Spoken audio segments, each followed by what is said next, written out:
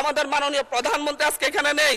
উনি যখন বিভিন্ন ভাষণে গিয়ে অসত্য তথ্য দিয়ে বলেন বিরোধী দল মিছিল করতেছে মদের দাম কেন বৃদ্ধি করা হয়েছে, কেন সিগারেটের দাম বৃদ্ধি করা হয়েছে, এরকম অসত্য তথ্য দিয়ে যখন মাননীয় প্রধানমন্ত্রী বক্তব্য দেন আমরা খুবই আশাহত হই। মাননীয় স্পিকার, আজকে যে অসত্য সংসদ নেতা নিয়ে অসত্য কথা বলেছেন এটা এক্সপান্স করার জন্য আপনার কাছে বিনীত অনুরোধ জানাচ্ছি।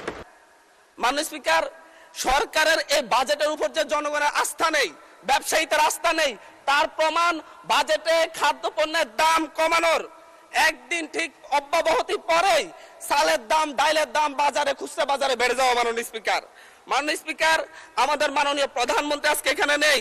উনি যখন বিভিন্ন ভাষণে গিয়ে অসত্য তথ্য দিয়ে বলেন বিরোধী দল মিছিল করতেছে মদের দাম কেন বৃদ্ধি করা হয়েছে, কেন সিগারেটের দাম বৃদ্ধি করা হয়েছে, এরকম অসত্য তথ্য দিয়ে যখন মাননীয় প্রধানমন্ত্রী বক্তব্য দেন আমরা খুবই আশাহত হই। মাননীয় স্পিকার, আমরা আশাহত হই যখন ঋণ নিয়ে কথা বলতে গিয়ে সংসদে যখন আমরা ঋণ নিয়ে কথা বলতে যাই, ব্যাংকের ঋণ নিয়ে, ইসলামী ব্যাংক দখল নিয়ে যখন আমরা কথা বলতে চাই, তখন মাননীয় প্রধানমন্ত্রী দাঁড়ায় যখন বলে আপনারা সবাই জমিদার, যারা ঋণ নেন নাই, এর মধ্য দিয়ে মূলত মাননীয় প্রধানমন্ত্রী ঋণ খেলাপিদেরকে উৎসাহিত করেন। মাননীয় স্পিকার, আমরা এই ধরনের সংসদ আর চাই না। যেখানে অর্ডারে আপনার ডিসকাশন আছে, আপনি এটা দিতে পারেন, যেহেতু সংসদ নেতাকে নিয়ে কথা বলা হয়েছে।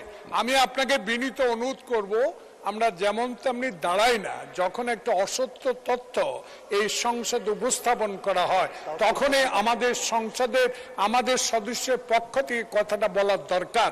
সেজন্য আপনার অনুমতি চাই। এই সংসদকে কার্যকর করার জন্য উভয় পক্ষে একটা সম্মতিতে এসেছে। এই সংসদে কোনো অসত্য বাক্য উত্থাপন করা হোক বা এমন কথা বলা না হোক যে কথায় আমাদের মান সম্মান হানি হয়, সংসদ নেতাকে কটূক্তি করা হয়। এ বিষয়ে আজকে নতুন প্রজন্মের জুলাই আন্দোলনের নেতা, উনি আমাদের নোয়াখালী অঞ্চলের মাননীয় সংসদ সদস্য, উনি একটি বক্তব্য রেখেছেন। এটাতে আমরা খুবই ক্ষুব্ধ, কারণ আমাদের নেতা উড়ে এসে নাই। শহীদ প্রেসিডেন্ট জিয়াউর রহমানের সন্তান, দেশ নেত্রী বেগম খালেদা জিয়ার সন্তান।